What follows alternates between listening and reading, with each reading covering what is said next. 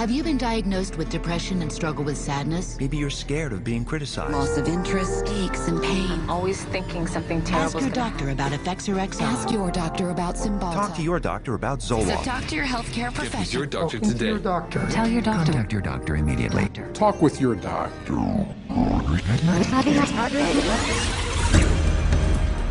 Over 40 years ago, leading psychiatrists met in Puerto Rico to map out their vision of the future. We see a developing potential for nearly a total control of human emotional status, mental functioning, and will to act. Their plan? To create by the year 2000 a range of psychiatric drugs regulating every aspect of human behavior. I was diagnosed with depression and put on Paxil. ADD, and I was prescribed Ritalin. General anxiety disorder, prescribed Zoloft. Bipolar disorder, and I take lithium. PTSD, Zoloft. I was on Paxil. When they placed me on Zoloft. They gave me Adderall. I was prescribed Siptamil, Tegretol, Lexapro, Depakote, Stelazine, Adderall, Concerta, Thorazine, Prozac, Lorazepam, Effexor, Clonazepam, Ritalin, dexamphetamine, Paxil, Cylert, Prozac, Adderall, Elavil, Depakote, Wellbutrin, Seroquel, etc., etc. 100 million people worldwide are on psychiatric drugs. How did this happen? Psychiatrists convinced them they were sick. They want you to think you're diseased from birth, and that all those experiences of life, childhood and adolescence and teenage years and adulthood and being a senior citizen, that these are all various stages of disease. Because let's face it, we've all been depressed at one time. We've all been anxious at one time. These are normal emotions that we feel. Every emotional and spiritual problem is reduced to a label. And of course, all of those diseases require pharmaceutical treatments. This is big, big business. While generating a healthy income, claiming to be medical professionals, psychiatrists will freely confess that their profession is devoid of science. We don't really have any specific blood tests or other tests that are definitive for any mental illness whatsoever. It would be neat if it would become much more scientific. If you go to my office and you tell me that you're depressed, there's nothing, and no blood sample or whatever, no tests. There are not current available tests to verify your diagnosis. I don't use any tests. You do not have a test to say, well, this is this disorder and this is the best medication for this disorder. For many years we thought we had the tests nailed down, but it turned out that they weren't of any value. If you don't know what's causing the symptoms, then to give somebody something to alleviate the symptoms is close to impossible. By the time a drug's approved and it hits the general population, we don't know even 50% of the side effects that are involved with that drug. And these pills cause heart attacks and liver problems and immune system problems and lots of other medical problems. So you're playing with fire. Every day, psychotropic drugs cause serious adverse reactions. And while psychiatrists and drug companies fully understand the dangers of the drugs they sell, their unsuspecting customers are left to suffer the consequences. Everything became worse. Each mood swing was worse. He would have chronic headaches, chronic, nausea, not feeling good. She was very agitated, very, very jumpy. She was having horrible hallucinations. Her personality was disintegrating. Once he started on that drug, the cloud just stayed over him and stayed over him and stayed over him. It got darker and darker. He thought there wasn't anything worth living to kill himself. That was not Matthew. That was the drugs. At least I would like to have said, I love you. I didn't get a chance to do that. In addition to crippling scores of people daily, every month, psychiatric drugs kill an estimated 3,000. But the human devastation would never have gotten this high if psychiatrists hadn't worked hand in hand with drug companies to promote their drugs to doctors throughout the world. Today, 70% of all psychiatric drugs are prescribed by general physicians. And how is this accomplished? Marketing. It's about creating a good story that uses science, that convinces a physician to think about writing a prescription. This is not science. This is incredibly effective marketing. It has nothing to do with science. They use what I call statistical contortionism. Basically just skew the numbers, make everything look fantastic, you hide the bad numbers. They're learning every trick in the book. They're evolving into efficient marketing machines, and it's working. There's definitely an unholy alliance between psychiatry and pharmaceutical sales.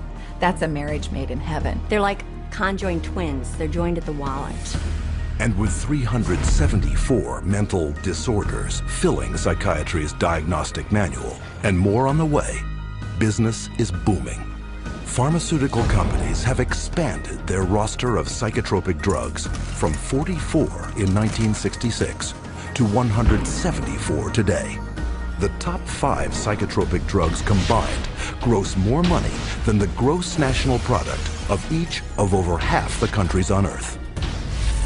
Altogether, the psychiatric industry rakes in $1/3 of $1 trillion a year. How could this have happened? It's a tale of deception that may be difficult to believe, but fatal to ignore.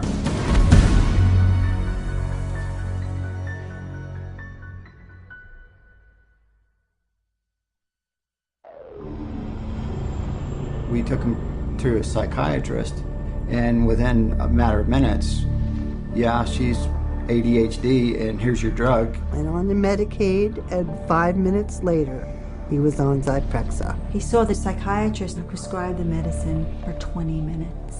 The guy didn't even look at her. He talked to her a little bit. Now, how can you tell if somebody's ADHD or not ADHD from just a few minutes talking to her? Next thing I know, I'm getting handed a handful of Xanax. That's how easy it is to get these drugs. Just so easy. It was just passed to me like candy. That's simple.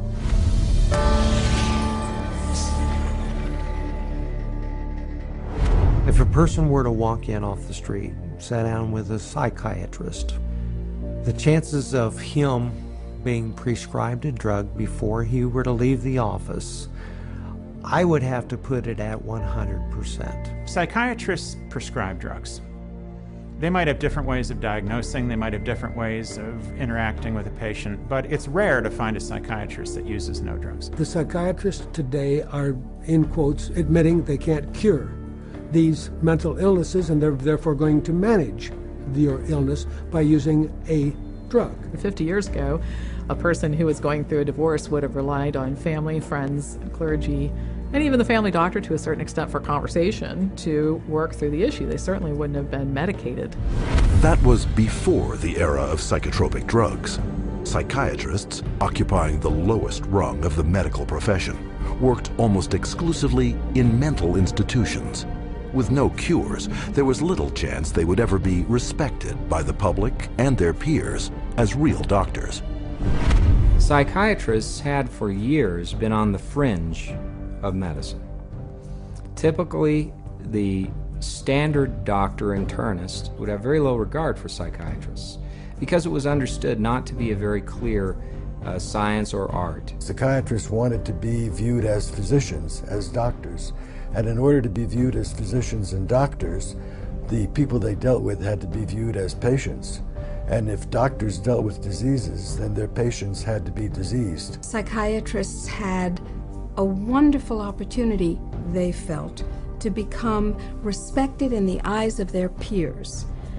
They raced to create a whole diagnostic book called the DSM, the Diagnostic and Statistical Manual, which was created by consensus. A group of psychologists and psychiatrists get together, and if they have made common observations, they have a vote and they now classify a new disease. And they give it a number and it graduates into the DSM classification. And it's a dangerous book. It's a book that has many disorders that could apply to any one of us, because the disorders are not real medical diseases. And it's things that apply to nearly all of us at times. Are you afraid of meeting new people? Are you afraid to speak in front of a large crowd of people? Does it make you nervous to go and to talk to your boss about a complaint? You can invent a mental disorder based on a checklist of symptoms, and that is exactly how the Diagnostic and Statistical Manual, the billing Bible for psychiatry, works. Since the DSM's first edition in 1952, the number of diagnoses has steadily grown.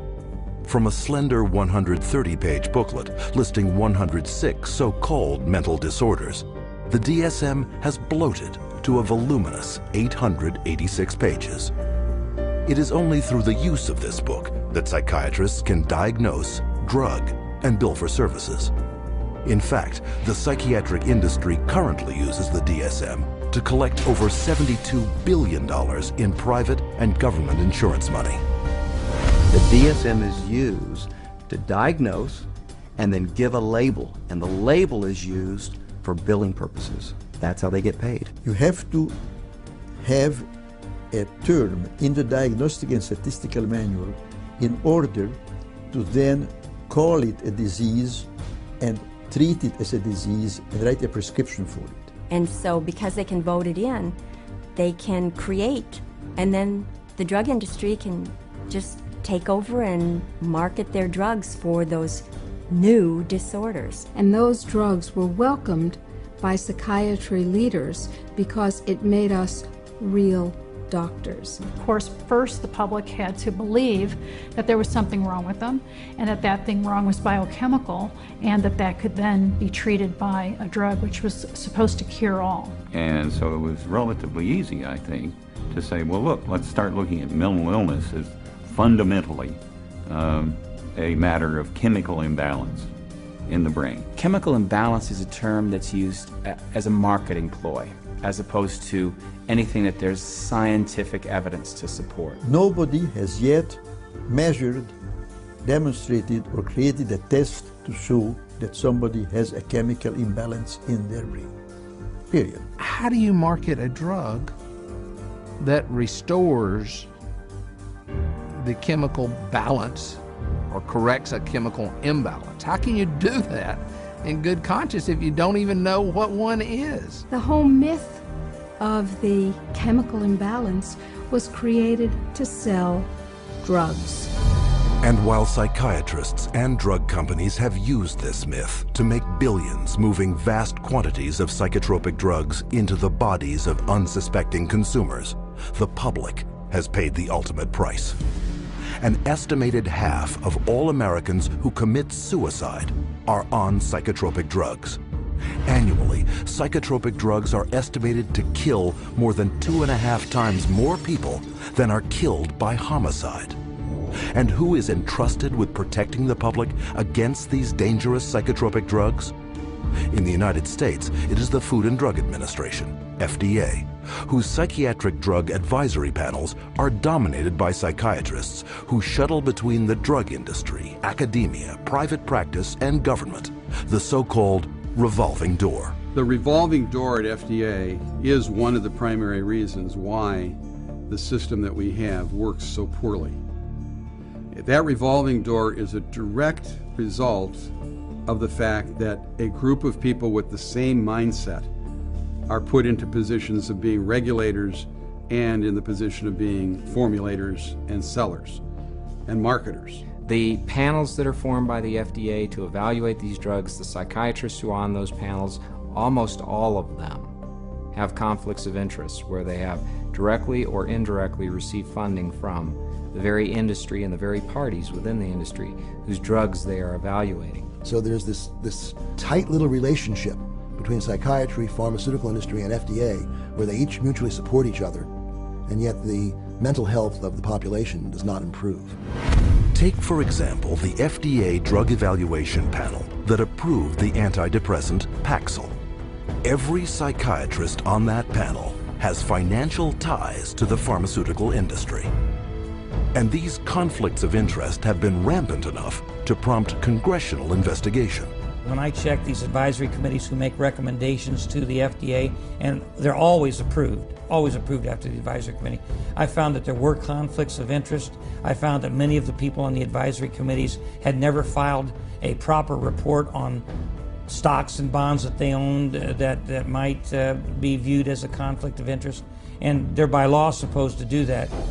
And this network of financial conflict of interest between psychiatry, the drug industry, and the FDA became even more entrenched in 1992, after passage of the Prescription Drug User Fee Act, also known as PDUFA. Through this bill, the FDA would be paid a fee of $100,000 per drug to ensure that psychotropic medications would be rushed through the approval process and into the hands of prescribers faster than ever. Congress told the FDA, your job is no longer to make sure drugs are squeaky clean safe before they get out on the market. Your job now is to hurry up and get new drugs on the market faster. It acted to set the priorities of the FDA so that if there was a fee paid for a particular drug approval, it could be put on the fast track and rushed to market with less than the usual scrutiny that the FDA would give it. And this fast track has traded safety for sales. Since the passage of PDUFA, time spent on drug evaluation plunged from almost 2 years in 1992 to only 6 months 4 years later. Meanwhile, the number of new drugs released to the public doubled. Though fast tracking is disastrous for public safety, it reaps huge profits for psychiatry and the drug industry. Because the sooner a drug is approved, the sooner it makes money. And the money is big. Every day, the average psychotropic drug grosses over $7.7 million. One drug, Zyprexa, rakes in almost $12 million daily. And even though FDA now charges over $1 million per new drug application, the pharmaceutical fast track shows no signs of slowing. If you look at the relationship between the FDA, the pharmaceutical industry, and the psychiatrists, there's some kind of game that they're playing there. And what is the game? Well, you could say it's money, definitely money. And when you follow the money, you realize that there is no money in health. There's big money in disease. That's why all you hear about is managing disease or treating disease. You don't really talk about curing disease. And so psychiatrists have become mainstream doctors in America. And that is because of the pharmaceutical industry. They can thank the pharmaceutical industry because they become mainstream and because they have a lot more money than they used to. And the drug industry can thank them because now they have thousands of soldiers in their army distributing these drugs to everybody. From the smallest infant to the oldest senior citizen, no one is immune from any of the hundreds of fictitious disorders invented by psychiatrists that fuel a multi-billion-dollar psychotropic drug industry. And every day, psychiatrists are casting their nets ever wider. And all it takes? Another psychiatric label.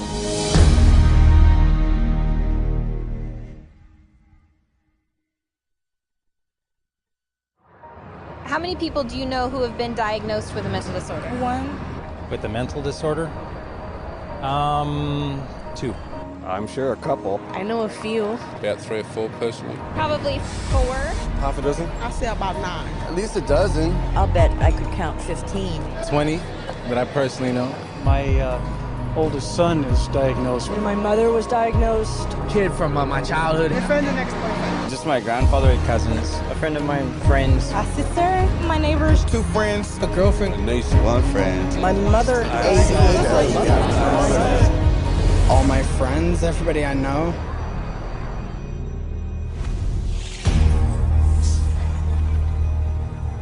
An apparent flood of mental illness is all around us. Where is this coming from? Psychiatrists, whose diagnostic and statistical manual can label anyone walking the earth today as mentally ill. Psychiatrists, I believe, they look at every human being and they divide humans into 2 classes, clients and potential clients. We see this no more prevalent in any field than in the field of the mental disorders, where one disease after another is invented and then popularized and the public is made to worry about it. It's a disease mongering. It's the selling of sickness. You know, sometimes it's a drug in search of a market, and it's giving public awareness to minor conditions with the ultimate goal is to sell more medications. It's not caring for people. When you run out of symptoms, you don't have any more clientele to market to. So you have to invent disease. And with psychiatric medications, you can invent diseases all day long. Look at human variation. Everyday things like shyness, sadness, or even situational depressions, like grieving, postpartum depression, they all become studied, and prescriptions start to get written for these drugs. Before these drugs were introduced in the market, people who had these conditions would not have been given any drug at all. And so it is the branding of a disease, and it is the branding of a drug for the treatment of a disease that did not exist before the industry made the disease. Case in point, shyness, a common life situation, voted by psychiatrists into their diagnostic and statistical manual under the name social anxiety disorder. You know, people are nervous. Well, they come up with, say, social anxiety disorder. SAD, they'll call it SAD. And the connotation is that everybody ought to be happy, and that here's a drug that can make you happy. So that a common occurrence, which is every now and again everybody's sad, we ought to be treating with a drug. Well, then they'll get this PR firm to drum up business for this. They'll put out all these studies that find, you know, there's so many people afflicted with this SAD, you know, and they'll start putting it in magazines, they'll start putting it on TV, they'll start a patient advocacy group that say, you know, that we're all affected by this, and then they'll come out with Paxil works for this. So they go to the FDA and they said, well, we ran this study and this works for this new invented disorder. And that is SAD, social anxiety disorder. And millions of people suffer from it. And it's purely fictional. It's a normal human emotion that everybody experiences at certain times or another, but they make it into a disease. Paxil, once it got approved by the FDA as the first antidepressant to be used for social anxiety, it took off huge. And it just moved from number 3 in the market amongst its peer drugs to number 1 in the market. Social anxiety disorder is just one of many made-up psychiatric disorders fueling the boom in psychotropic drug prescription. Psychiatrists work to promote what the latest disease is going to be. These days, bipolar is getting that same type of promotion. Everybody's being educated about their bipolar illness, when in fact, we know having emotional ups and downs is distinctly human. Now bipolar is thrown around like water. You've got bipolar, I have bipolar. If I'm up today, I'm manic. If I go home tonight and I'm depressed because I'm tired, that shows I have bipolar disease. It's a lot of hokum. Have you ever worried with seeing all the increased media on it that you might have a mental disorder? Yes. And which one is that? I would say bipolar. You know, they talk about bipolar a lot. Bipolar. I've known a lot of bipolar. 2 friends from both of them were like diagnosed with bipolar. My neighbor, she was bipolar. I was diagnosed with bipolar. My mother had bipolar. He was actually bipolar. Schizophrenic bipolar. Bipolar and obsessive compulsive. Bipolar and ADHD. Bipolar disorder. Bipolar, yeah. Bipolar situation. Bipolar. Bipolar. Bipolar. Bipolar. Bipolar. There's 3 personality disorders, and then the most recent is bipolar. And that's just been in the past year. Spearheading the popularizing of bipolar disorder, especially in children, is psychiatrist Dr. Joseph Biederman, a paid speaker, advisor, and researcher for 25 different drug companies. In 1996, the drug companies funneled all this money to this Dr. Biederman. He's well known. He's the one that came up and said that there's bipolar disorder in little kids. This was unheard of. There was no bipolar disorder in any kids. He came up with the study and published the articles out all over the world, and other doctors followed his lead that bipolar is in little kids.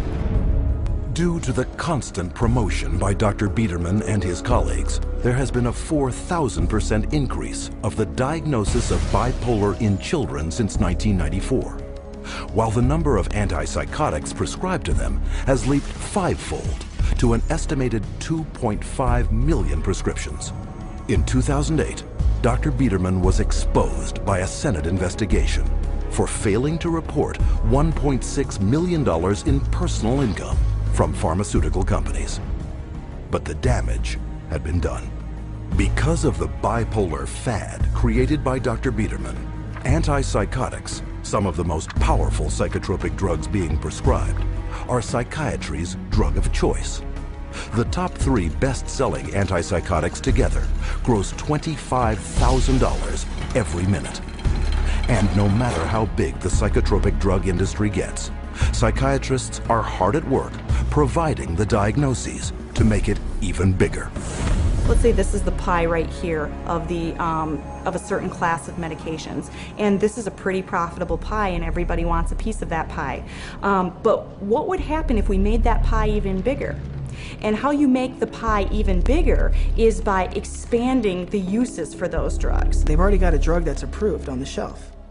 They can just pull it off the shelf, and rename it, repackage it, and say, look, we've got a new drug for a new illness. When Prozac's patent ran out, that Eli Lilly had to look for a new source of profits. So all they did was change the name of the drug from Prozac to Serafem, changed the color of the pill from green to pink, and marketed it for PMDD, which is newly introduced into this book. What it tells us is that if you can come up with a label, a diagnostic label for a drug, then you can sell it like hotcakes.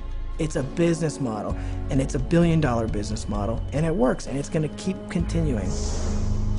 Today, anyone may unknowingly be taking a psychiatric drug, renamed, repackaged, and prescribed for non-psychiatric purposes. Zyban, prescribed as a cure for smoking, is actually the antidepressant Wellbutrin. Cymbalta, a psychiatric drug for depression and anxiety, is now being marketed as Yentriv for urinary incontinence. Psychiatric researchers are testing psychotropic drugs on such wildly varying conditions as obesity, alcoholism, gambling, hot flashes, herpes, nausea, itching, shivering, and excessive hair pulling.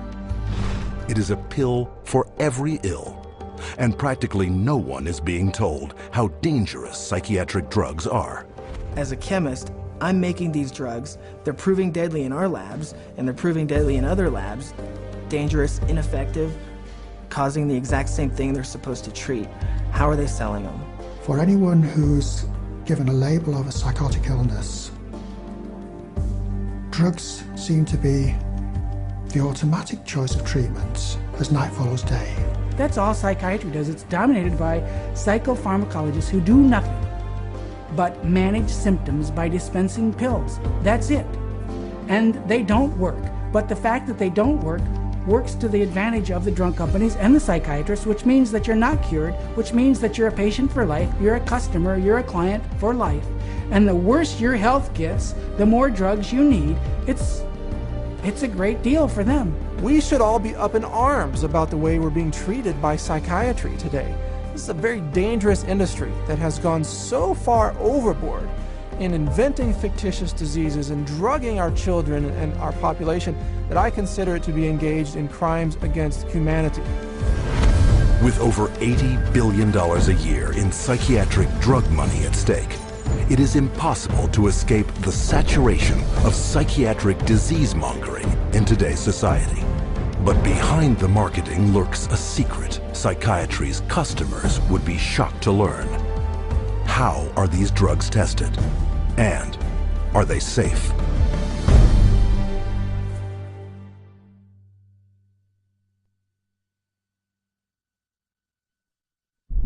No one knows precisely how these psychiatric medications act. We don't know if I give you a medication if it is going to work or not. There's not a great deal of scientific support for using them. I myself, I try to pick a drug whose side effects might be useful. You have to choose what is the best option. We don't have sure methods. There are no rules. Everything it's an art, really. Often it's trial and error. It's a kind of a trial and error. It's trial and error. Some degree of trial and error, I guess. A blind man's bluff or something like that.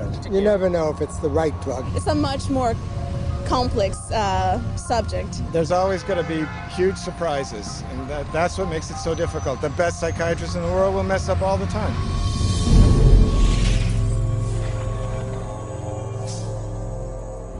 The American public is being treated as a mass medical experiment.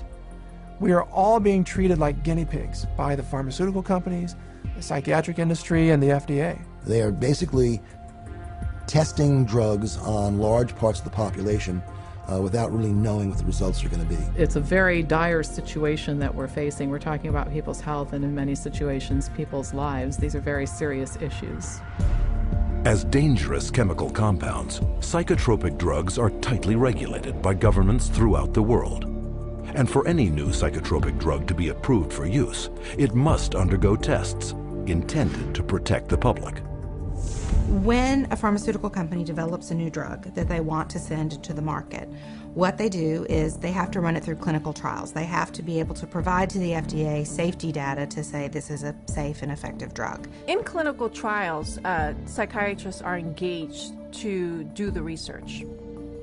And we could bank on the fact that these psychiatrists are tied to the pharmaceutical companies. And the psychiatrist puts their name on there, they're seen as an expert. You're talking mental drugs, who writes them? It's a psychiatrist. So that's how it works. It's a terrible system. The desperate thing about it is that it's all dressed up in the name of science. It's not science at all, it's pure marketing.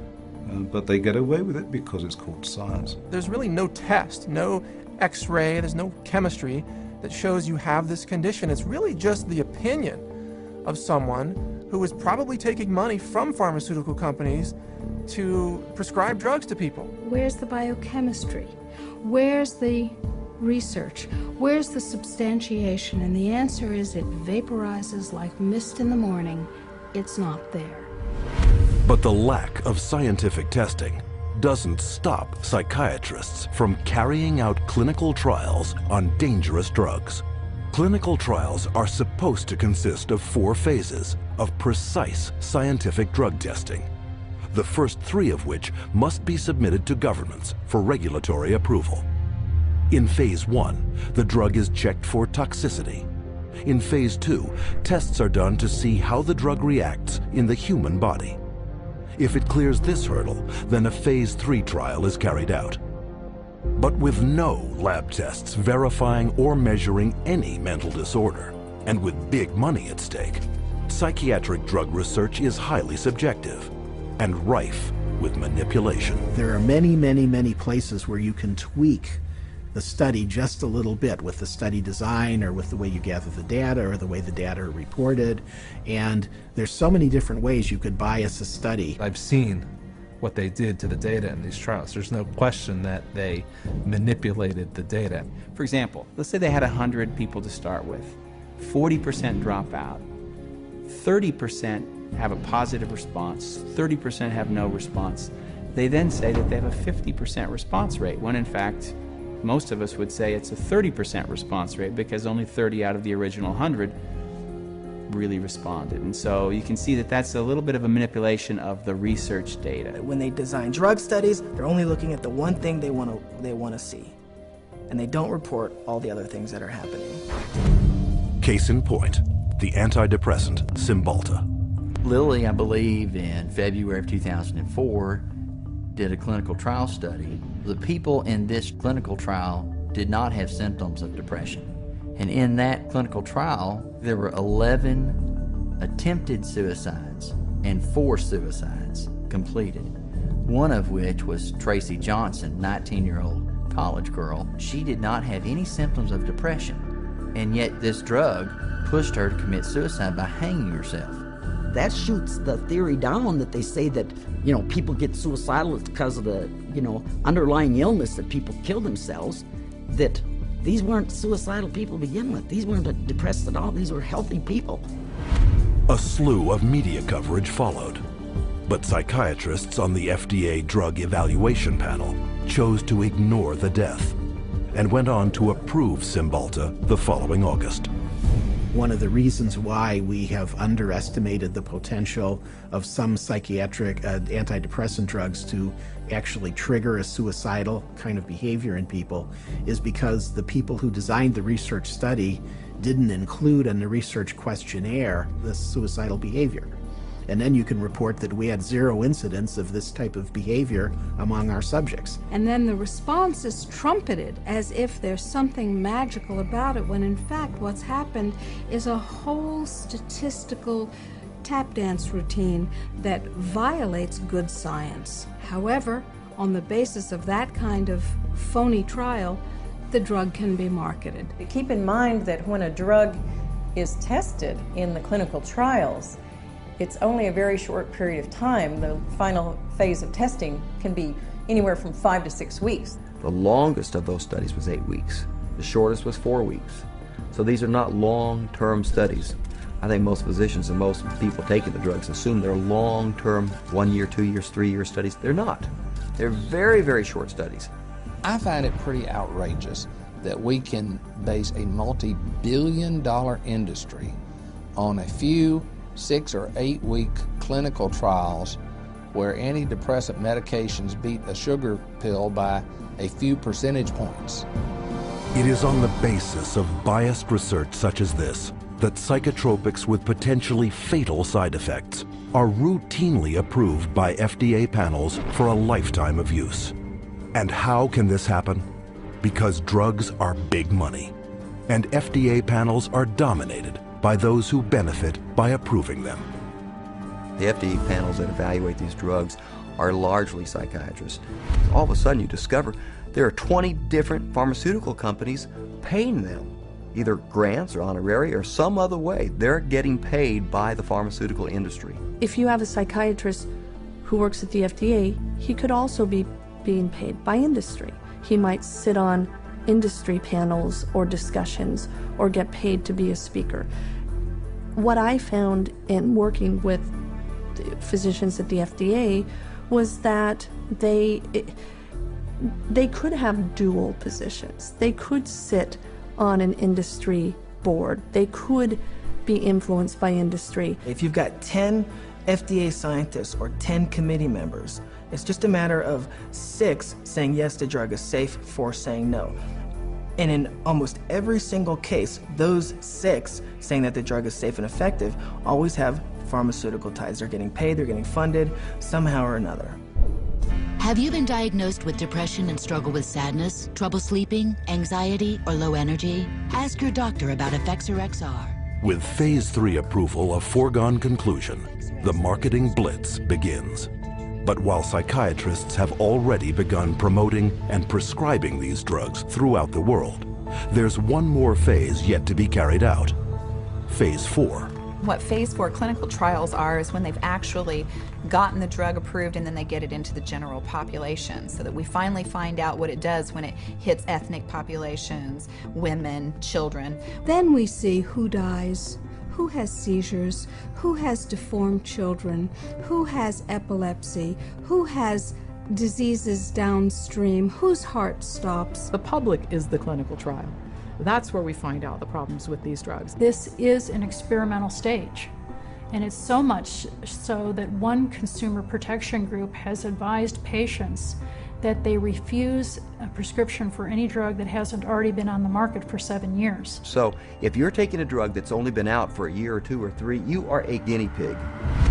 And the experimentation doesn't end here. Additional psychiatric drug trials take advantage of the invented disorders in psychiatry's Diagnostic and Statistical Manual to rake in even more profits by targeting the most innocent of all. If they test their drugs on children, then they get a 6-month extension on their exclusivity period or patent period. This psychiatric drug research center in Texas uses advertisements to lure in child volunteers. And once inside, they're further enticed with the simplest of tricks. This is where they're going to be playing. We have Game Boys, we have Xbox, we have 5 TVs. They come in here and they help themselves to crackers, cookies, free candy, free crackers. Everything is paid for. You don't pay for anything. But these perks are just bait to coax children into ingesting powerful psychiatric drugs known to cause suicide and violence in their own age group. These are drugs that would cost maybe several $100s a month in a pharmacy. They actually are getting them free in research. We love children, and we just love children because they're our future. By conducting those tests on children, they get a financial incentive that's worth over $1 billion. Those are the facts. You make of them what you will. With this kind of money at stake, psychotropic drug experimentation on children is rampant, with 323 studies either completed or in the works, including a 2003 trial that tested children on an antidepressant treating premenstrual dysphoric disorder. Those drugs, which are barely more effective than placebos, often have huge side effects, which are dangerous and even deadly to people. Families don't know the risk. If they actually were aware of the risk and believed it, no one would take that risk. The psychiatrist would never, she didn't say one word to me about what was going to be the effects of the drugs. No side effects listed, no. Well, let's sit down, we have to talk about this. At that point in time, he said, well, this doesn't have that type of reaction on any children, you know, that it's very safe. If he had told me then what I know now about it, I never would have taken it. She said, oh, Beth must have been on Paxil. That's the only way she would kill herself. And I said, well, what is this? How do people know this? I didn't know anybody would know something like that. And we went on the internet, and all of a sudden you find out it's not uncommon. But it's not uncommon for people to become psychotic on these drugs. We're entitled to know the truth before we give a mind-altering drug to our children, our wife, our mother, our father, ourselves. We don't really know what they're doing. That's what scares me. It's all made up theory. There are no facts about what these drugs really do. And if someone said, well, we don't know what this is going to do to you, good or bad, would you take that medication? Now that is not the practice of medicine. That's the practice of marketing. And this practice of marketing is taking lives. And the poor patient doesn't even know it. But in the testing and marketing of psychotropic drugs, money trumps safety. The top 10 most prescribed psychotropic drugs gross over $26.5 billion annually, more than double the amount of new money put into circulation every year by the United States Mint. But to make this kind of money, psychiatrists first have to convince the most crucial market segment of all, those with the power of prescription.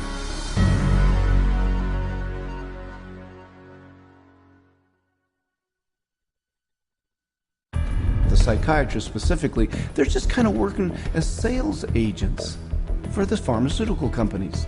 There's nothing like another doctor touting the benefits of your drug to drive market share. They're an extended part of the marketing arm of these companies. Medications play a primary role. We give drugs. Medication is a must. There's a lot of new medications. There are medications available for treating GAD. Medications to use for PTSD. Antipsychotic medications. Atypical antipsychotics. Benzodiazepines. Stimulants. Antidepressant medications. MAOIs. Amphetamines. Anticonvulsant medications. Once the medications have been balanced out, then we move on to a combination of 3 medicines. There's no absolute limit that is set for the number of medications. There are so many choices. Apparently, we're willing to try almost anything.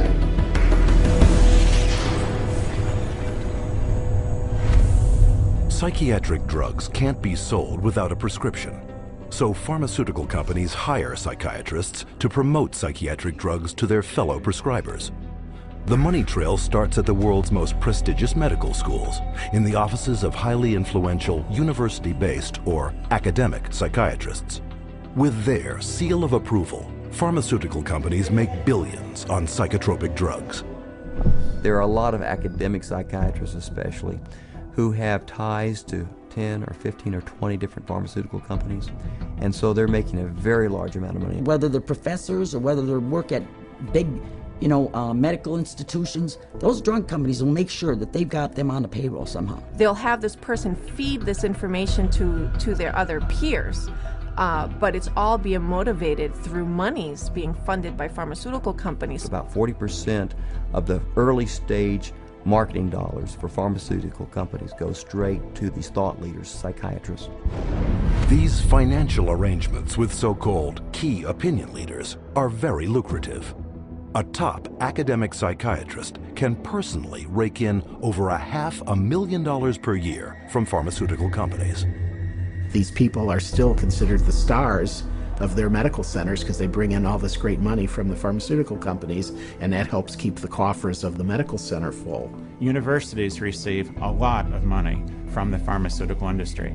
Drug companies are building buildings right next to the medical school. They're funding research right and left. The University of Michigan Depression Center received, I think it was $750,000 from Eli Lilly, and all they do down there is crank out this biological view of psychiatry and mental illness and depression. With academic psychiatrists collecting millions in drug money for their universities, it is no surprise that school curricula focus on psychotropic drugs.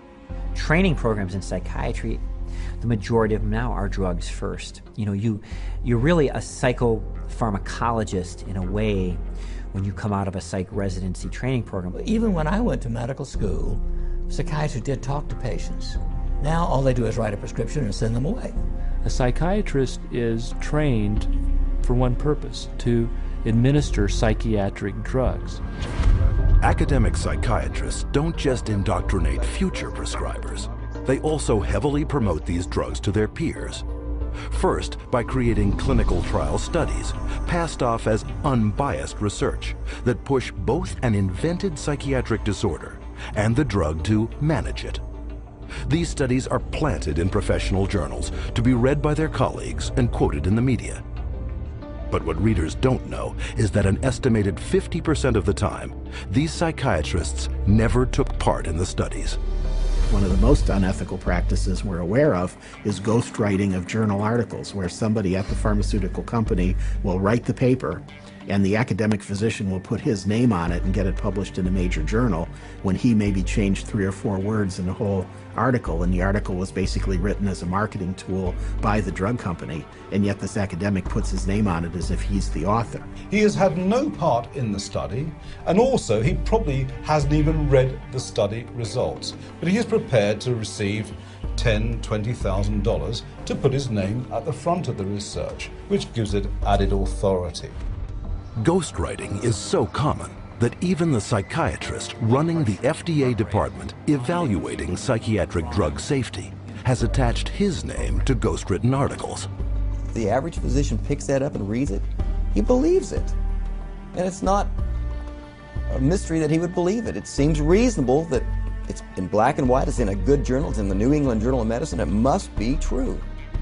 These journals are often sent free to psychiatrists and doctors under the guise of legitimate medical research. And why are they free? Because pharmaceutical drug ads reap huge revenues for their publishers. So if you go through a medical journal, you'll see page after page of advertising for bipolar disorder and treatment of using medications, or advertisings for depression and the treatment of using medications, schizophrenia. So it's really everywhere. I remember just a couple of years ago, the first time I opened the journal from the American Psychological Association called the APA Monitor, and there was a multi-page ad, high gloss, very expensive, for Concerta, which is time-release Ritalin. I resigned from the American Psychological Association. I wasn't going to be part of this whatsoever. It's very hard when your major source of income is advertising and advertising placement to write an article that's negative about a particular drug and expect that company to continue to buy ads in your medical journal. So that's a major issue. But psychiatric key opinion leaders aren't satisfied with filling medical journals with ghostwritten articles. They also spread the gospel of psychotropic drugs at conferences in continuing medical education, or CME. Physicians and nurse practitioners and physicians assistants are mandated to take a certain amount of continuing education credits every year. Well, 70% of all continuing medical education is now funded by the pharmaceutical industry. That seminar is going to be taught by a professional who is employed by the pharmaceutical company. The very nature of where someone is giving you your support means you are biased to that person's side. Many physicians and many psychiatrists who attend medical conferences don't know that when they go to that conference meeting that's about antidepressants, antipsychotics, and it's generally an academic psychiatrist who's speaking, they don't realize that person's probably making about $10,000 for that 1 hour speech. But you don't have to be an academic psychiatrist to get a piece of the pie. Psychiatrists who heavily prescribe psychotropic drugs are generously rewarded by pharmaceutical sales representatives for drumming up local business. Psychiatrists, especially high prescribers, are targeted and gifted extensively by the industry. Now that gifting is where you need to get specific. That was not unusual during our marketing conversations to say, well, what's our top drug writer? You know, who's the doctor that's prescribing the most of this drug? Well, you know, let's send them to the Kentucky Derby. We offered trips on some occasions to come out and hear a 2-hour talk, but it happened to be on a nice island in Hawaii. There were a lot of things that we did day in and day out to try to get the doctors to write our drugs, or in my case, to write for the psychiatric drugs. We did a lot of lunches and dinners, and we brought in speakers, and those speakers were obviously paid by us, and we would wave, you know, renowned studies at them from renowned journals. But of course, we would never say that these studies were paid for by our company, and that it was written by a ghostwriter who was paid by our company, or that our company tends to do a ton of advertising within that particular medical journal. We would never say that. With over 300 million psychiatric drug prescriptions written every year, high prescribing psychiatrists are richly rewarded for opening up new markets. They receive up to 25% more pharmaceutical money than any other medical specialty, an average in one state of more than $45,000 per top psychiatrist per year. Psychiatrists get more kickback from the pharmaceutical companies than any other branch of medicine. The profession of psychiatry couldn't keep its journals afloat, couldn't keep its conferences afloat, couldn't keep its organizations afloat without money from drug companies. The drug companies really have psychiatry in their pocket. This is a profession whose diagnoses have been heavily influenced by people who are heavily influenced by the pharmaceutical industry, and whose treatments are almost exclusively these days pharmaceuticals. We should be able to count on them. I do not believe that we can. Due to the ceaseless promotion by psychiatrists, psychotropic drug prescription has permeated not just psychiatry, but the entire medical profession. But this promotional campaign has a second prong that lines the pockets of psychiatrists more than any other. And this one directly targets you.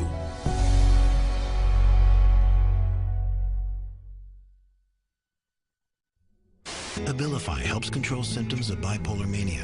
Ask your doctor about Effexor XR. Paxil, the most prescribed medication of its kind. Prozac Weekly is here. Zoloft, a prescription. Seraphin. PMDD. And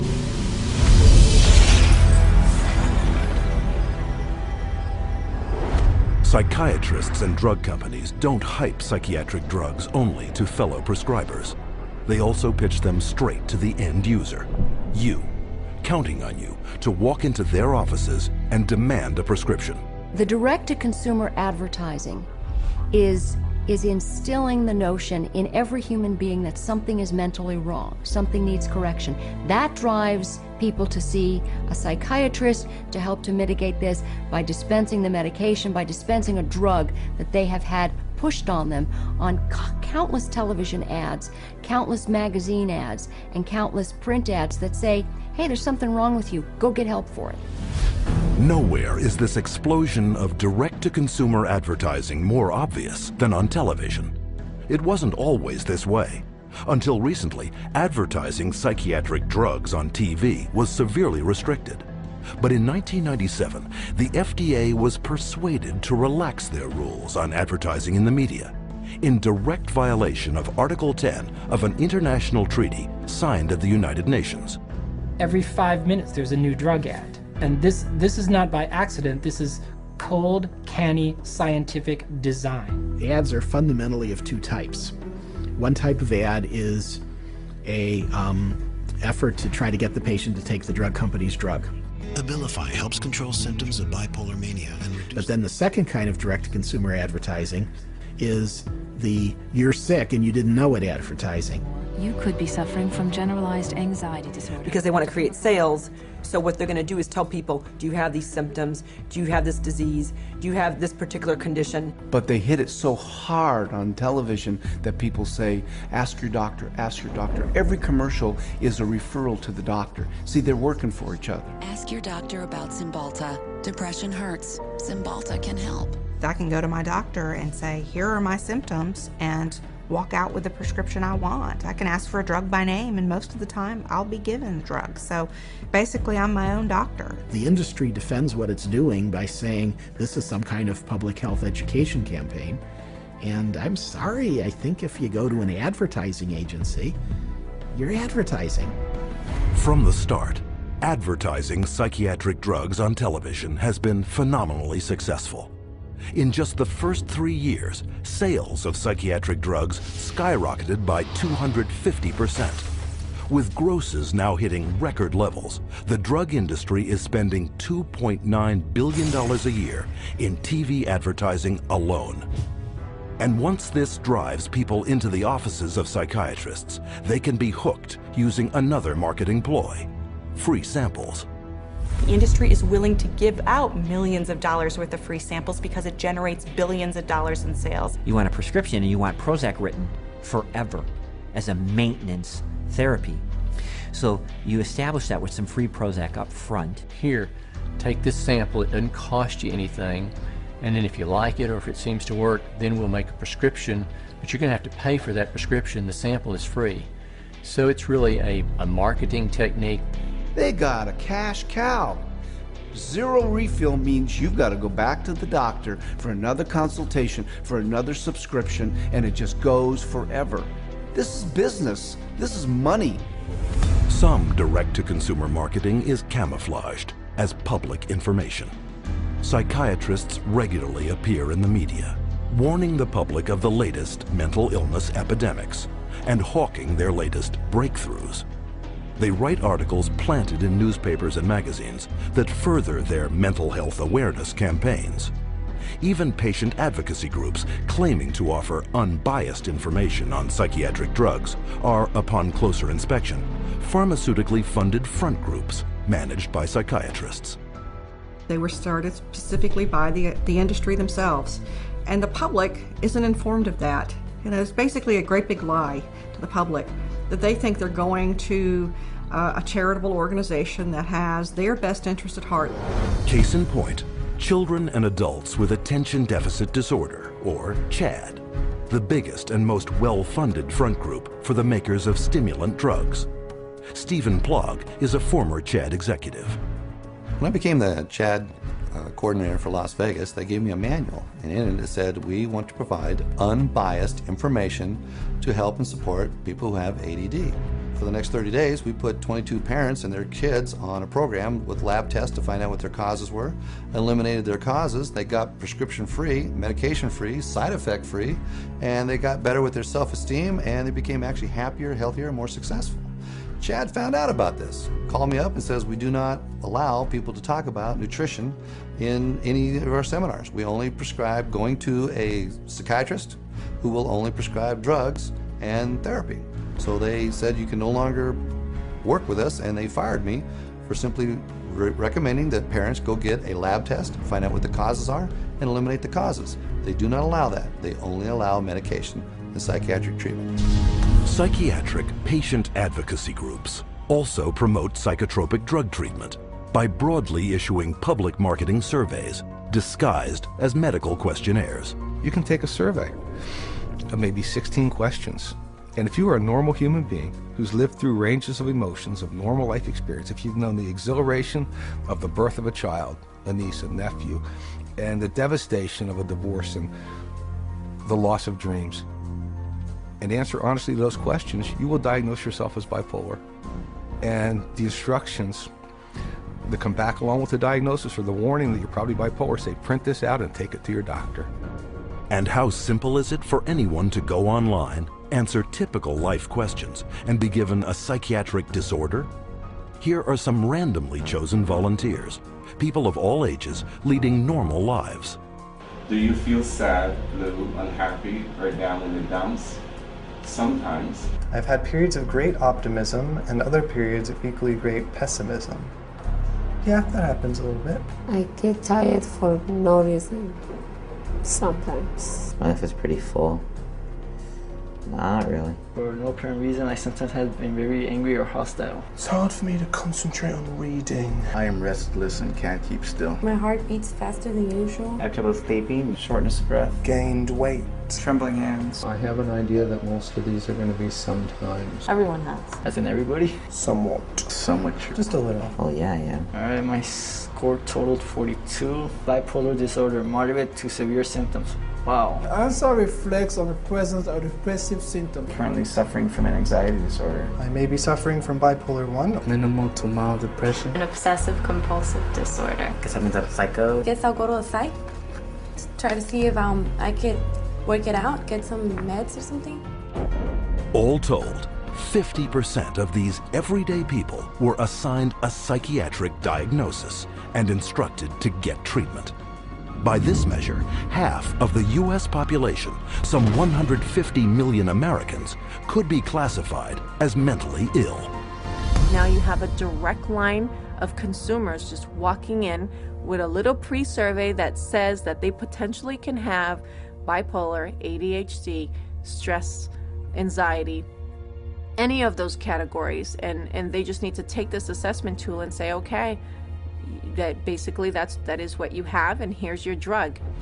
And psychiatrists are now clamoring to make such assessment tools mandatory. Take Teen Screen. Under the guise of a suicide prevention program, mental health tests are administered in the schools to diagnose and drug children. Children such as Chelsea Rhodes, who left for school one morning an average teenager and returned home with a psychiatric diagnosis. The Rhodes family in Indiana, their young girl went to school one day, and all of a sudden they told her they were taking her into her room, and they move her into her room and give her the 10-minute teen screen test. And shortly after taking the test, she's pulled aside in the hallway and she's told she has two problems, basically, two mental problems. One, obsessive compulsive disorder, and social anxiety disorder. Her parents were stunned, dumbfounded. They didn't know that Teen Screen was going to screen their child. They had not been asked permission. People at school had told her that she was mentally ill with these two conditions based off of a computer test that took her 10 minutes to answer. One of the questions was worded if Chelsea went out a lot. She answered no. We'd ask her why she answered that way. She said, because Mom, you and Dad don't allow us to go out on school nights. I have to be home to do my homework and take care of our household chores. The other question was, do you ever feel nervous or anxious when you're in front of a group of your friends or peers? Chelsea answered yes. She explained to us that because when she has to stand up in front of a group of people and give a book report in one of her classes, she's very nervous. You know, I'm 43 years old and I'm nervous in front of every one of you today, but that doesn't make me mentally ill. I absolutely believe that the survey for Teen Screen was intentionally structured to flag as many children as possible as having a possible mental health problem.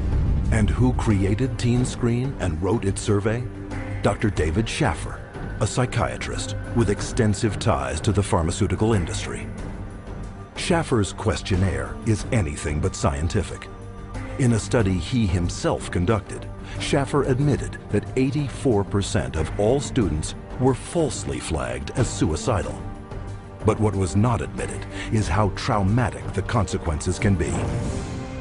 Alea Gleason was only 11 years old when she took a screening test at her middle school in Texas.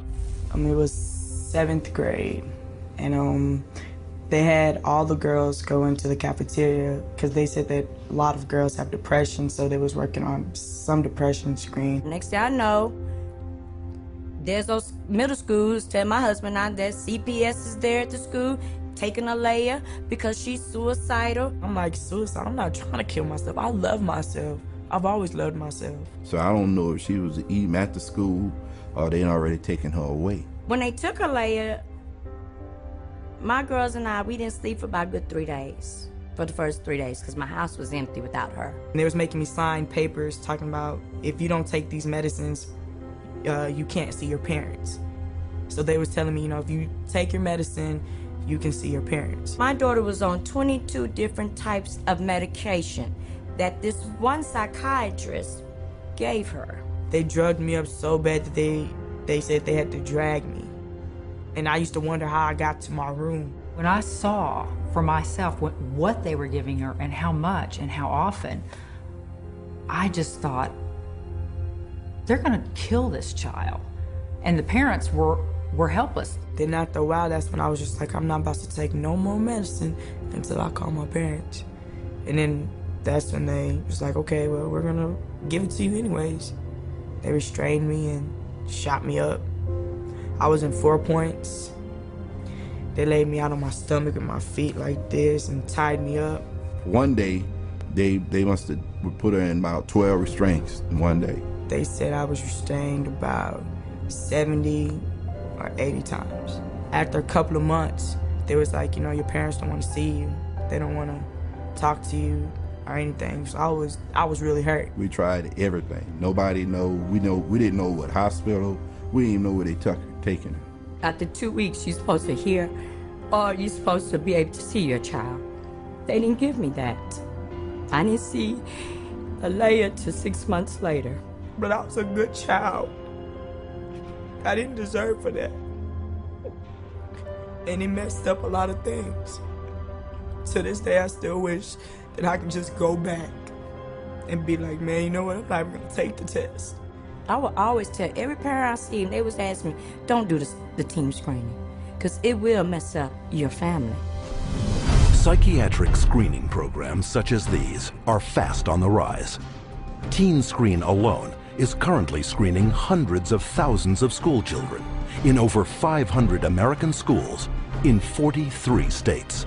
Has nothing to do with helping kids, has nothing to do with mental health, has nothing to do with medicine. It has everything to do with the pushing of drugs. So it presents itself as being a wonderful, altruistic program, whereas in fact, I believe its cold-blooded and cold-hearted intent is to recruit more children into the very subjective diagnoses of mental illness and to treat those kids with medication. But the psychiatric drug push doesn't end in the classroom. Legislation has been put in place to screen all citizens for mental illness, including geriatric patients, war veterans, and pregnant mothers, all to be paid for by you. Psychiatrists benefit from both ends, from the pharmaceutical end for being paid to write the prescription, and then from the patient for being there to receive the prescription. It's an industry that cannot allow the human condition to go unmedicated, and I think this is where the problem begins. If everybody considers themselves to be sick in some way or more than one way, and that the only control, the only hope for their happiness is to be on pills for the rest of their lives, that's the goal. The pharmaceuticals and the psychiatric community are in a cleanup, and that's what it's all about. It has nothing to do with helping our kids or, their mental health. It's all about money. Today, drug companies spend over $5.3 billion a year marketing prescription drugs, almost 9 times more than a decade earlier. The result? Worldwide sales of psychotropic drugs have soared to $80 billion. And all while psychiatrists willfully ignore the vast human tragedy they are creating.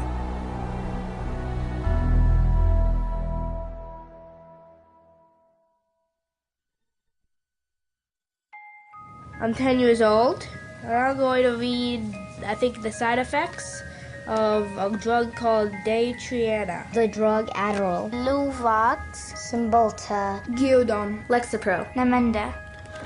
I have a question. Where do I find the side effects? How do I read it if it's so small? Just a bunch of letters squished together. I can't read this. This is the side effects of the drug. Side effects. Stroke. What the heck? Speech disorder. Eye disorders, vision blurred. Dry mouth. Nervous. Tremor. Dizziness, delirium, and coma. Tardive dyskinesia. They experience worsening of their depression. Aggressive reaction. Paranoid reaction. Psychosis. Serious cardiovascular events. Other serious heart problems. Heart failure. What? Suicide. Suicidal thoughts. Suicidal thinking and behavior. Increases the risk of suicide. An increased risk of death. Sudden death. These guys must be kidding. Wow. This is gross. Seeing this on a warning label, does anybody have any clue what they're putting their kids into? This isn't good.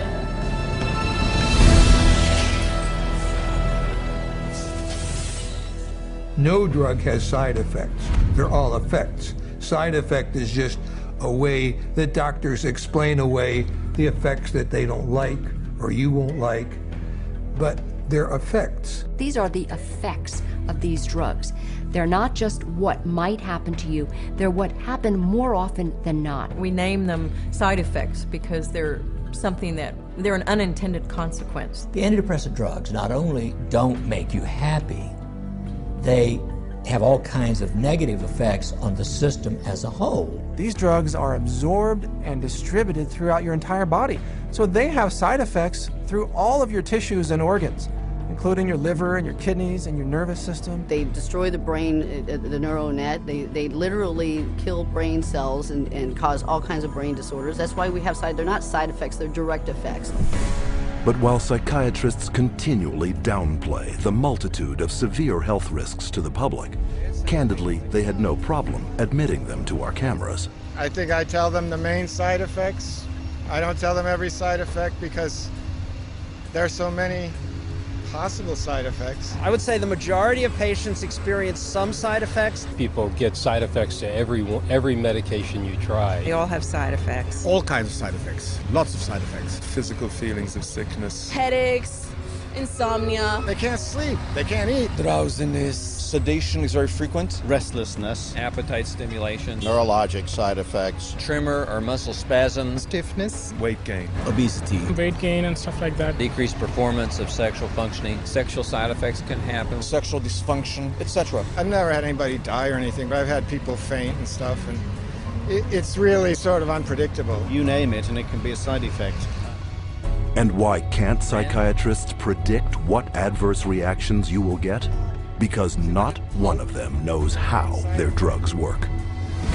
At least with street drugs, people know that they're dangerous, that they should be off of them. With pharmaceuticals, people are told they're safe to take every day. But far from being safe, psychotropic drugs are increasingly being exposed as chemical toxins with the power to kill. Some of the side effects that have become of concern lately are suicide, increased risk of suicide, increased risk of homicide.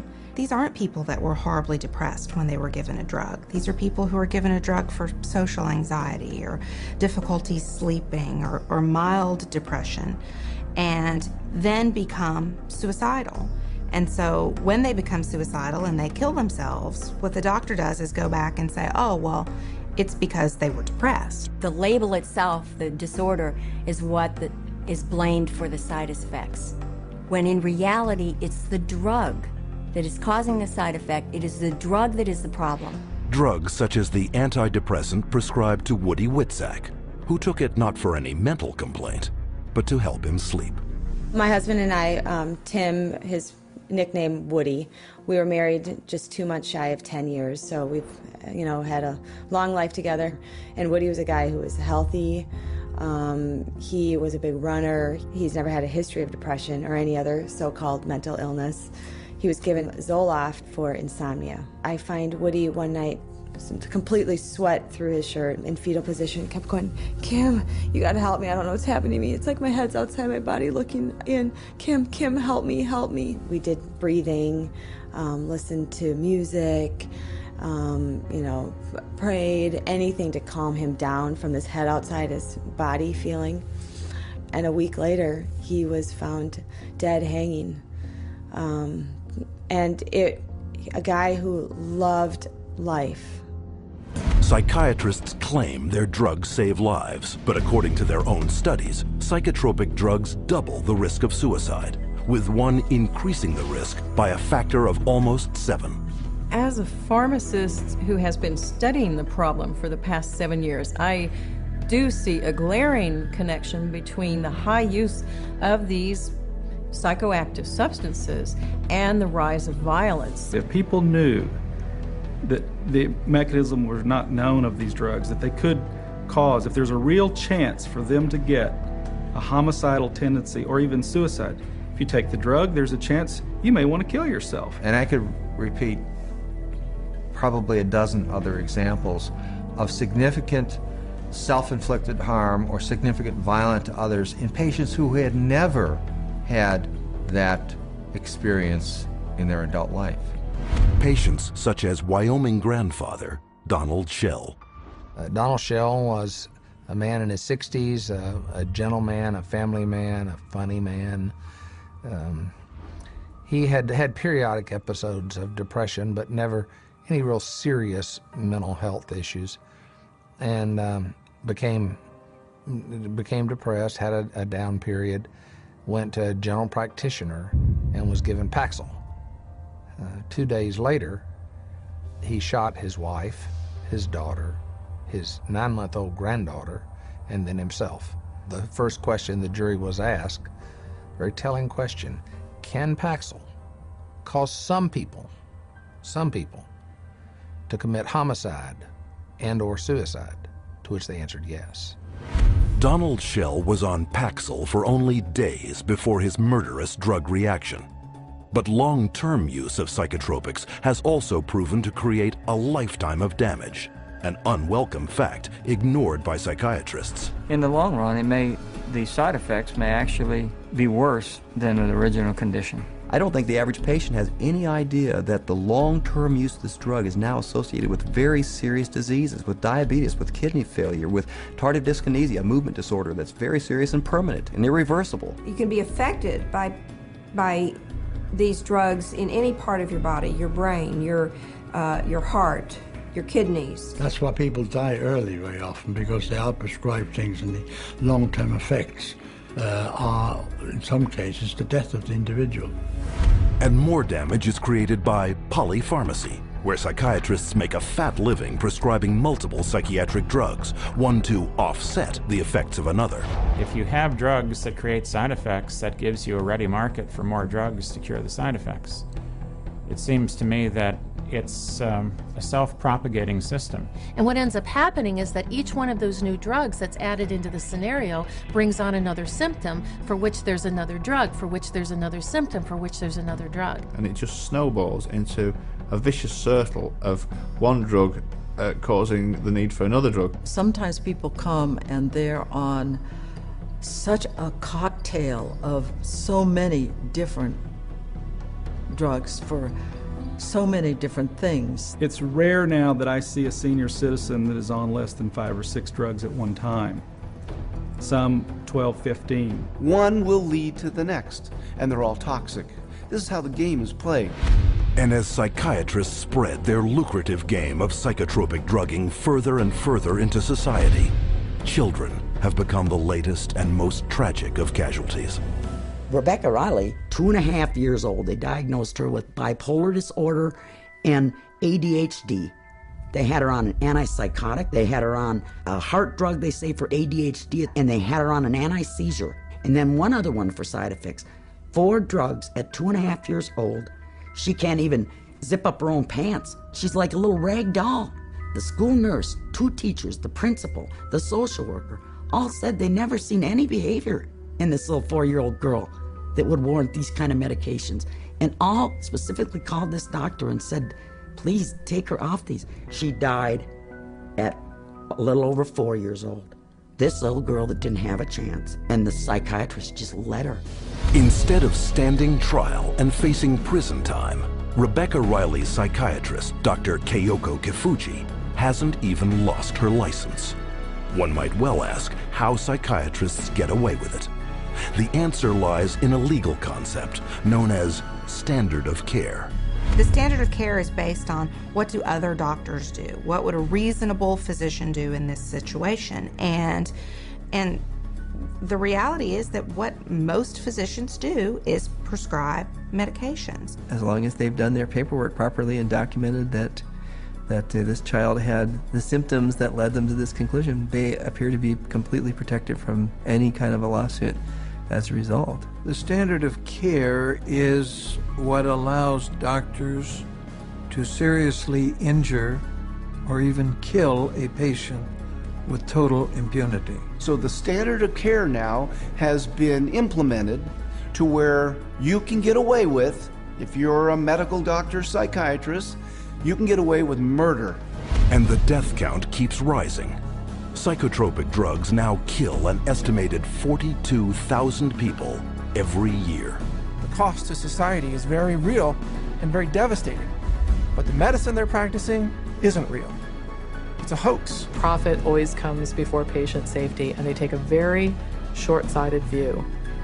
It's all about how can we make money today, not what price are we going to pay tomorrow. The trail of destruction that a psychiatrist leaves in his path is of no concern to that guy. It's all that money. And the money is big. Psychiatry is today over a $300 billion industry without a single cure. And as more and more breakthroughs are promised by psychiatrists, their running total of sick, injured, and dead victims continues to escalate. Unprotected, it is the public, you, who must fend for themselves.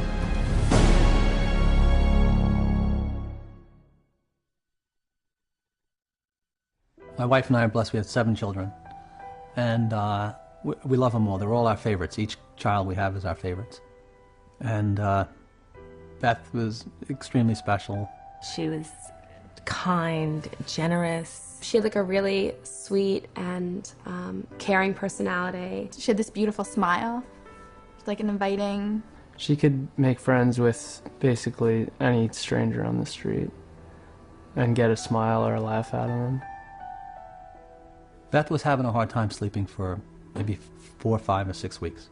And so we said, Beth, you should go to the doctor and get something to help you sleep. He said, okay, well, I'll try to give you something to lessen your anxiety, and it should help you sleep. Within 5 minutes, a 5-minute visit, he prescribed her Paxil. When I first saw Beth right after she went on the Paxil, she was different. Like, I felt like she was drugged. And by the 2nd or 3rd day, she's like, I don't know, I just don't feel right. You know, I feel strange in my skin. But after about 3 or 4 days, I remember that Beth was, at times, very different, like sullen, keeping to herself. My mom and her were having dinner, and she said she didn't have any real emotion. Like, she kind of felt emotionally numb. She was like a different person. Like, she just seemed like she was under the influence of something. She didn't seem like herself. She seemed like she was tripping out. I talked to her on the phone, and she told me she didn't want to be there. And I was like, why don't you be there? She's like, I just don't feel like myself. I just feel like crazy. I just don't feel right. I truly believe that she was hallucinating maybe and going in and out of this psychotic state at this point. It seemed like she was melting down, like emotionally. She was becoming worse every day. I said, are you suicidal? I actually asked her. And she laughed at me. And she said, no, I would never do that. And I'm thinking in my mind, I'm just going to lay down next to her and I'll rub her head and I'll talk to her and we'll try to figure out what we're going to do because something's not right here. And my son Matthew was right behind me going upstairs. And when I got to the top of the stairs, I saw her hanging in the hallway. Then the police were all over the place and people were coming and going. And about 3 hours, 4 hours after my daughter died, one of my friends came over and said, you know, I was speaking to so-and-so, one of our other friends, and she said, oh, Beth must have been on Paxil. That's the only way she would kill herself. It just wasn't her. There was nothing in her that would have done that. She was the most non-violent, like gentle. It's a violent way to die. It had to be the drug. There was no other answer. If we knew what we knew now, Beth would be here with us today. I know that for a fact. The tragic story of Beth Winter is just one of many, a tale repeated wherever psychiatric drugs are prescribed. But psychiatrists insist you believe that their drugs are safe and effective because they are the mental health experts and you are not. But case after case proves that trusting them can have disastrous consequences. Psychiatry is pseudoscience. It's false science. It cannot withstand rigorous review if people would just look at the evidence. If they help anyone, it's not worth the risk to the people that are harmed by them. They are betraying every customer they have. They don't know what they're doing, and we need to educate the public to use their feet and walk away.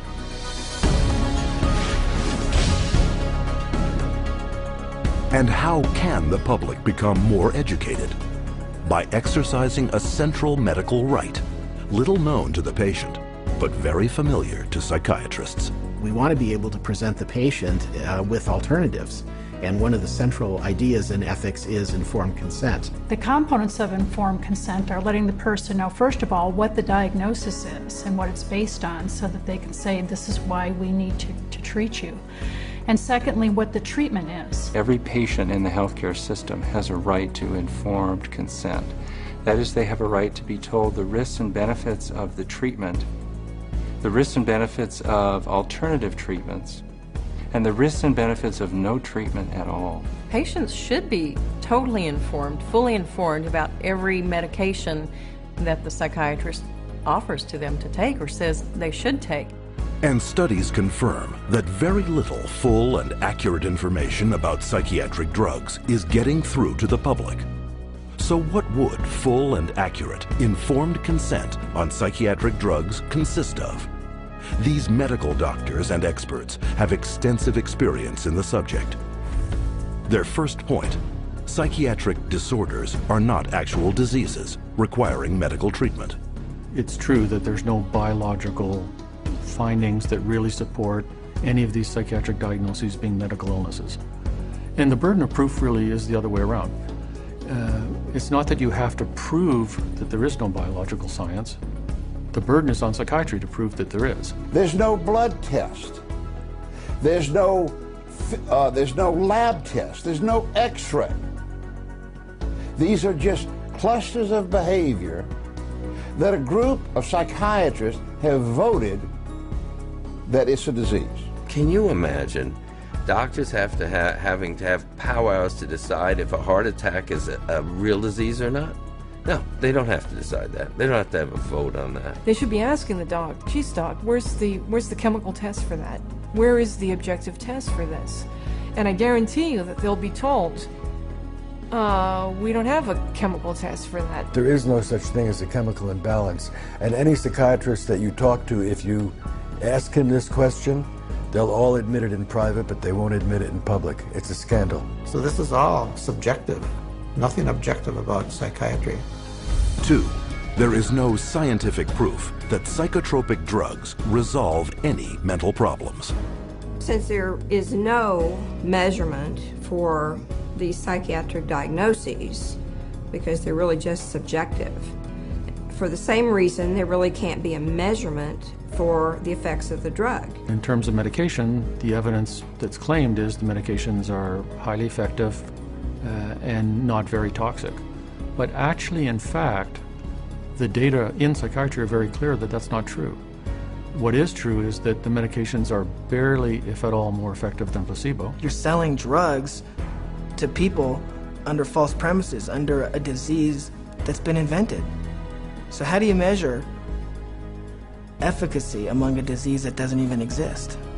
3. Psychotropic drugs mask symptoms and come with severe short and long-term side effects. Whatever problem you're being treated for, whether it's depression, real or otherwise, or cardiovascular disease, medicating away the symptoms is not solving the problem. The patent medication gives the appearance of having helped because in the short term, it usually doesn't show the bad effects that are going to happen in the long term. So it's very deceptive. The longer the patient's on the medication, the worse the prognosis is. None of these medications hit precise targets.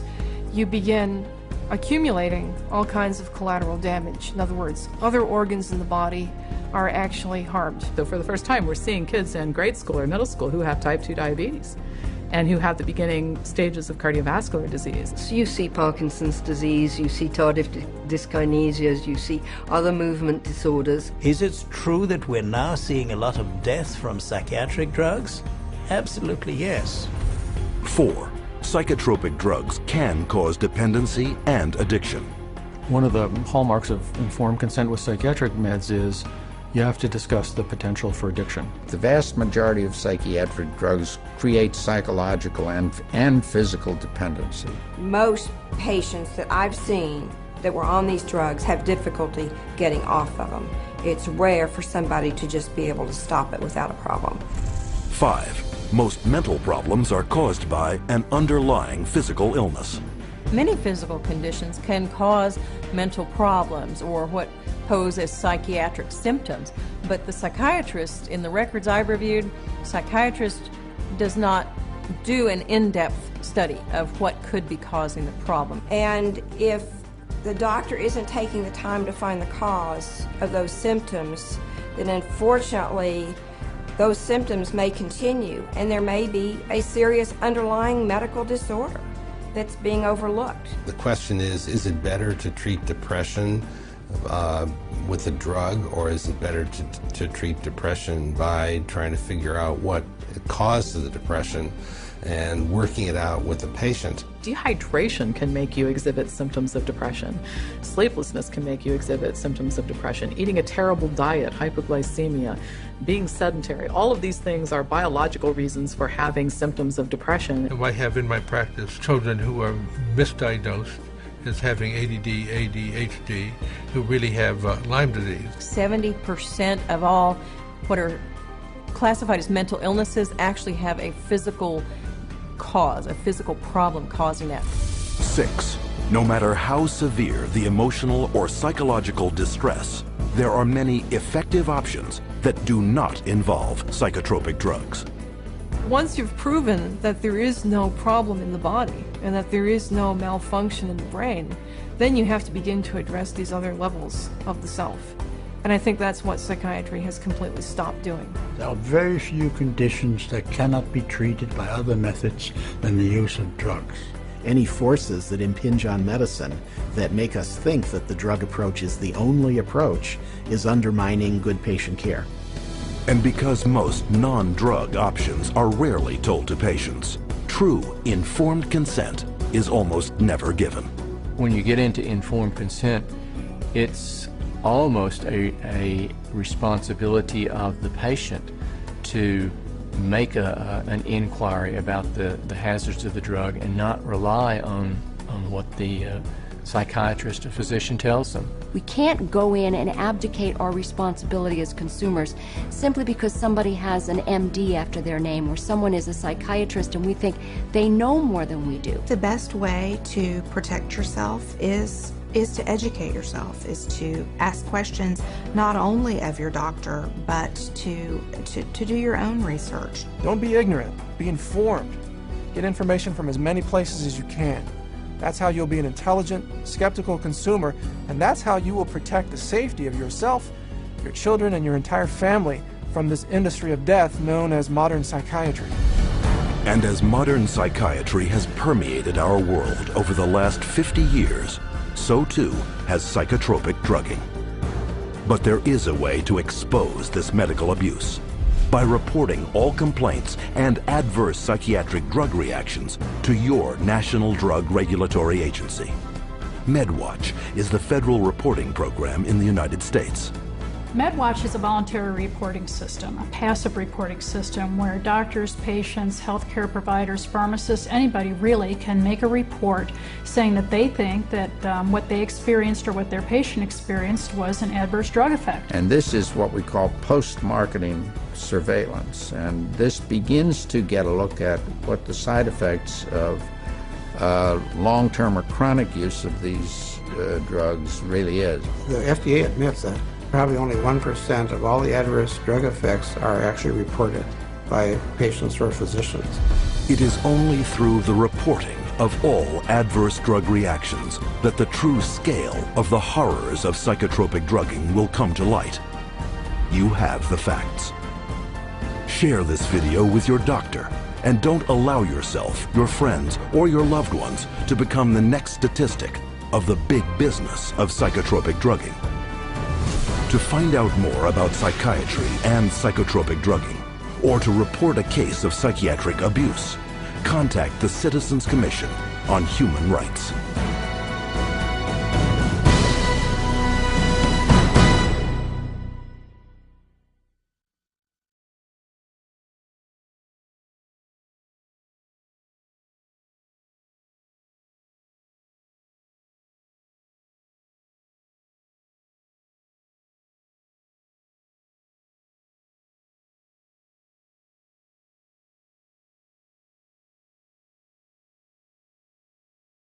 because it was understood not to be a very clear science or art. Psychiatrists wanted to be viewed as physicians, as doctors, and in order to be viewed as physicians and doctors, the people they dealt with had to be viewed as patients. And if doctors dealt with diseases, then their patients had to be diseased. Psychiatrists had a wonderful opportunity, they felt, to become respected in the eyes of their peers. They raced to create a whole diagnostic book called the DSM, the Diagnostic and Statistical Manual, which was created by consensus. A group of psychologists and psychiatrists get together, and if they have made common observations, they have a vote and they now classify a new disease. And they give it a number and it graduates into the DSM classification. And it's a dangerous book. It's a book that has many disorders that could apply to any one of us, because the disorders are not real medical diseases. And it's things that apply to nearly all of us at times. Are you afraid of meeting new people? Are you afraid to speak in front of a large crowd of people? Does it make you nervous to go and to talk to your boss about a complaint? You can invent a mental disorder based on a checklist of symptoms, and that is exactly how the Diagnostic and Statistical Manual, the billing Bible for psychiatry, works. Since the DSM's first edition in 1952, the number of diagnoses has steadily grown. From a slender 130-page booklet listing 106 so-called mental disorders, the DSM has bloated to a voluminous 886 pages. It is only through the use of this book that psychiatrists can diagnose, drug, and bill for services. In fact, the psychiatric industry currently uses the DSM to collect over $72 billion in private and government insurance money. The DSM is used to diagnose and then give a label. Have you been diagnosed with depression and struggle with sadness? Maybe you're scared of being criticized. Loss of interest, aches and pain. Always thinking something terrible. Ask your doctor about Effexor XR. Ask your doctor about Cymbalta. Talk to your doctor about Zoloft. So talk to your healthcare professional. Get with your doctor today. to your doctor. Tell your doctor. Contact your doctor immediately. Talk with your doctor.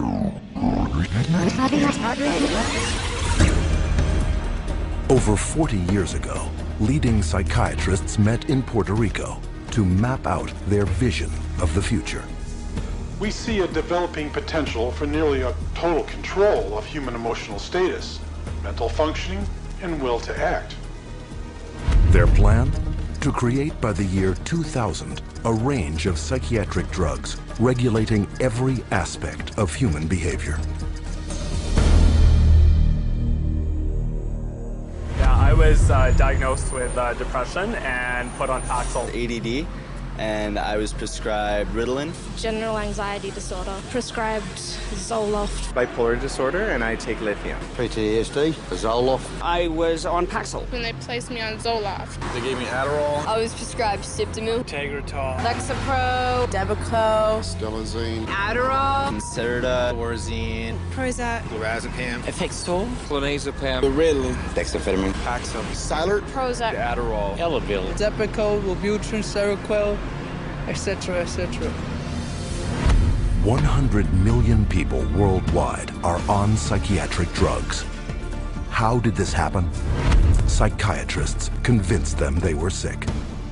They want you to think you're diseased from birth, and that all those experiences of life, childhood and adolescence and teenage years and adulthood and being a senior citizen, that these are all various stages of disease. Because let's face it, we've all been depressed at one time. We've all been anxious at one time. These are normal emotions that we feel. Every emotional and spiritual problem is the drugs. At least I would like to have said, I love you. I didn't get a chance to do that. In addition to crippling scores of people daily, every month, psychiatric drugs kill an estimated 3,000. But the human devastation would never have gotten this high if psychiatrists hadn't worked hand in hand with drug companies to promote their drugs to doctors throughout the world. Today, 70% of all psychiatric drugs are prescribed by general physicians. And how is this accomplished? Marketing. It's about creating a good story that uses science, that convinces a physician to think about writing a prescription. This is not science. This is incredibly effective marketing. It has nothing to do with science. They use what I call statistical contortionism. Basically just skew the numbers, make everything look fantastic, you hide the bad numbers. They're learning every trick in the book. They're evolving into efficient marketing machines, and it's working. There's definitely an unholy alliance between psychiatry and pharmaceutical sales. That's a marriage made in heaven. They're like conjoined twins. They're joined at the wallet. And with 374 mental disorders filling psychiatry's diagnostic manual, and more on the way, business is booming. Pharmaceutical companies have expanded their roster of psychotropic drugs from 44 in 1966 to 174 today. The top 5 psychotropic drugs combined gross more money than the gross national product of each of over half the countries on Earth. Altogether, the psychiatric industry rakes in $1/3 of $1 trillion a year. How could this have happened? It's a tale of deception that may be difficult to believe, but fatal to ignore.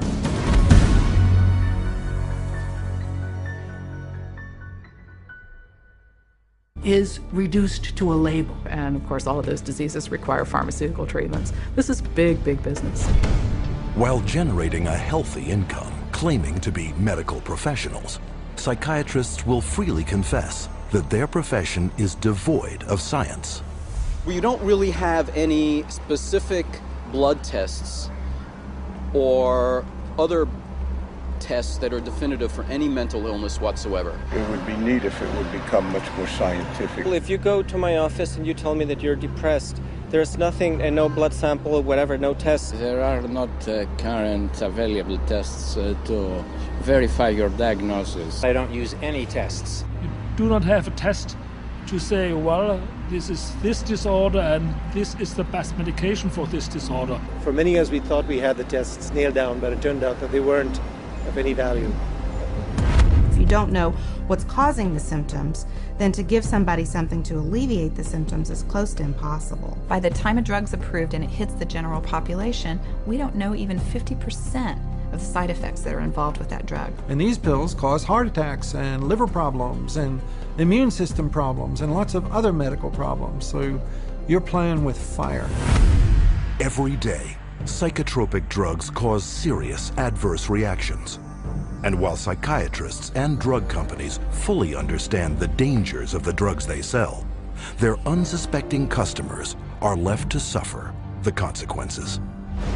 Everything became worse. Each mood swing was worse. He would have chronic headaches, chronic, nausea, not feeling good. She was very agitated, very, very jumpy. She was having horrible hallucinations. Her personality was disintegrating. Once he started on that drug, the cloud just stayed over him and stayed over him and stayed over him. It got darker and darker. He thought there wasn't anything worth living to kill himself. That was not Matthew. That was.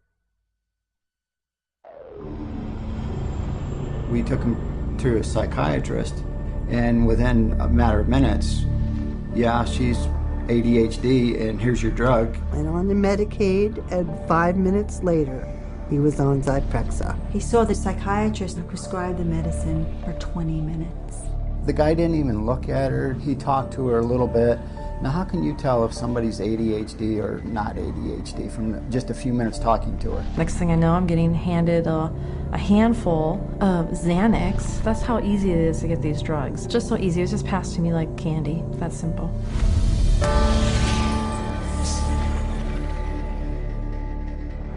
If a person were to walk in off the street, sit down with a psychiatrist, the chances of him being prescribed a drug before he were to leave the office, I would have to put it at 100%. Psychiatrists prescribe drugs.